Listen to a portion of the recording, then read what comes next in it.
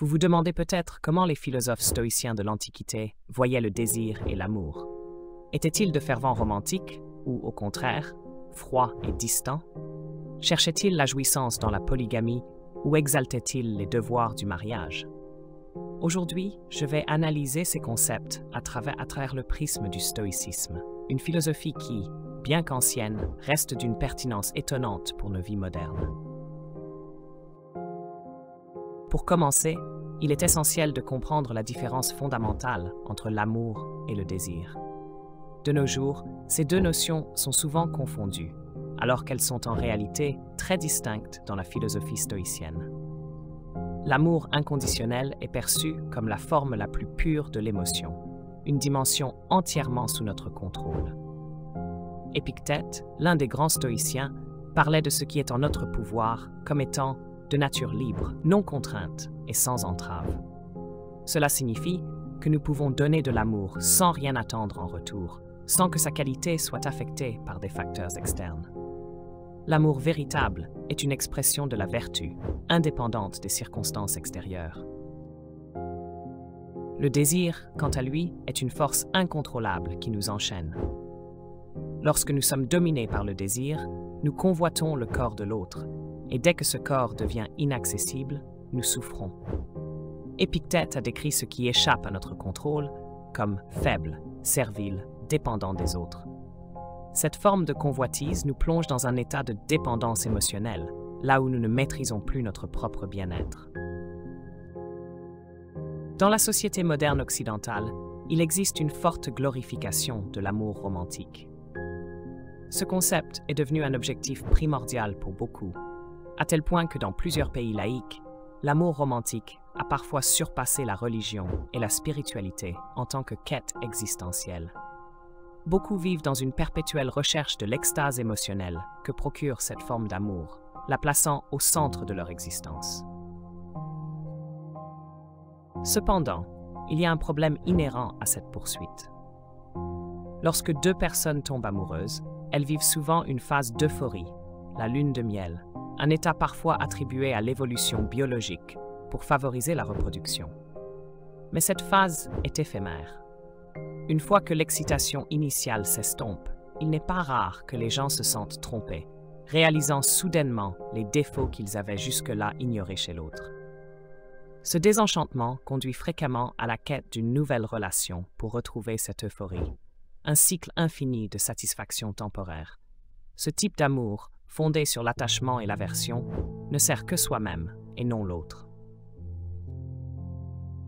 Dans ce contexte, Épictète explique que ceux qui n'obtiennent pas ce qu'ils désirent sont déçus, et ceux qui sont confrontés à ce qu'ils détestent sont misérables. Ce malheur est souvent observé dans les relations humaines, en particulier à travers la jalousie, un sentiment profondément destructeur dans les relations amoureuses. La jalousie naît de la peur que l'autre nous quitte pour quelqu'un d'autre, ce qui engendre des comportements possessifs et un désir de contrôler l'autre, assurant ainsi qu'il ne fasse rien qui nous déplaise. Cela crée une relation fondée sur l'attachement, qui n'a rien à voir avec la vertu ou la paix intérieure prônée par le stoïcisme. Toutefois, contrairement à certaines idées reçues, les stoïciens ne rejettent pas les relations amoureuses. Ils se méfient simplement de l'attachement excessif et de la passion débridée. Sénèque, un autre grand penseur stoïcien, voyait dans l'obsession du désir une des fautes les plus graves. Il disait « Parmi les fautes les plus honteuses, je place ceux qui ne vivent que pour l'ivresse et le désir. Ce sont des obsessions ignobles. » Pour Sénèque, ceux qui vivent uniquement pour satisfaire leur ventre et leurs désirs portent une marque d'infamie.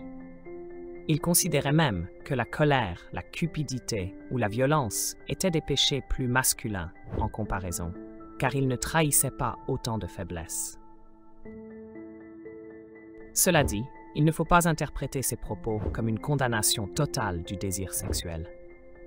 Le plaisir physique peut être perçu comme une préférence indifférente, un concept stoïcien qui reconnaît que certaines choses sont neutres par nature, mais qu'il est possible de les apprécier dans la mesure où elles ne compromettent pas notre vertu. Le stoïcisme prône la modération, Et la capacité de jouir du plaisir sans en devenir esclave fait partie de la vertu de la tempérance.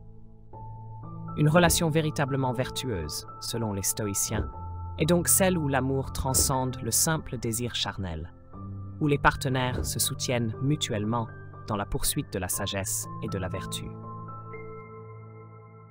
Contrairement à l'obsession pour le désir, Sénèque portait un grand respect à l'amour et aux relations humaines significatives.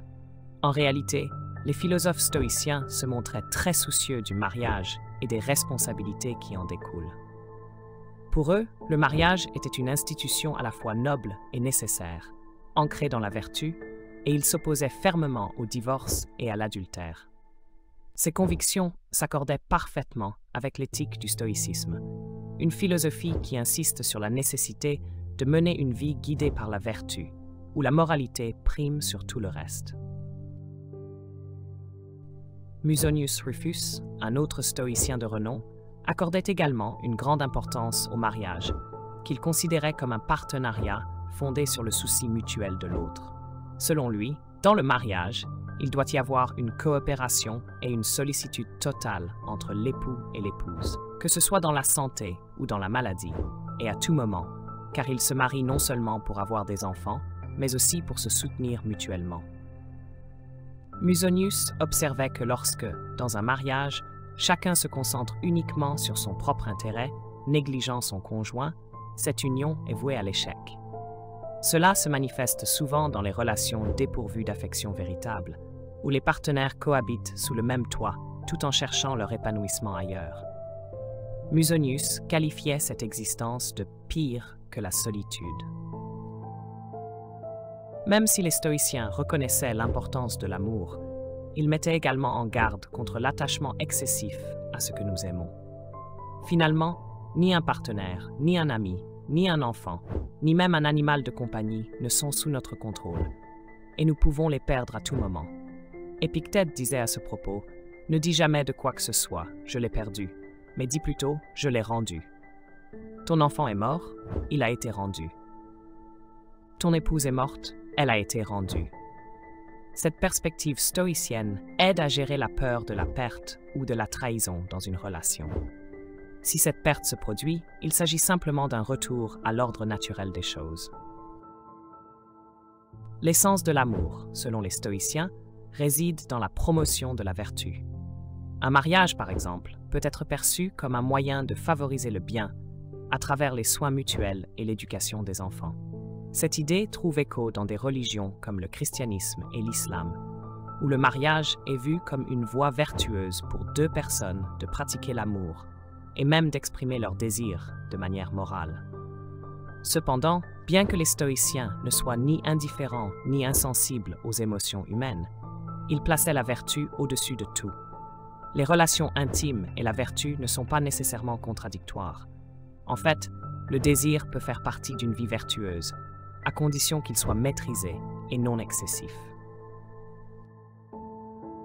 Mais, soyons honnêtes, est-ce que des plaisirs passagers sont vraiment à la hauteur des idéaux supérieurs auxquels nous pouvons aspirer? Il est probable que la sagesse et la quête de la vertu surpassent de loin la recherche de plaisirs éphémères. Cette réflexion nous pousse à évaluer la place que nous accordons aux relations et aux désirs dans notre propre vie, tout en nous rappelant que la poursuite de la vertu et de la tranquillité intérieure reste l'objectif ultime dans la philosophie stoïcienne. Si vous avez des réflexions sur ce sujet, n'hésitez pas à les partager dans les commentaires. Merci d'avoir suivi jusqu'à la fin. Si cette vidéo vous a semblé utile, n'oubliez pas de la liker et de la partager pour propager ce message inspirant. Et bien sûr, abonnez-vous à la chaîne pour ne pas manquer nos prochaines vidéos.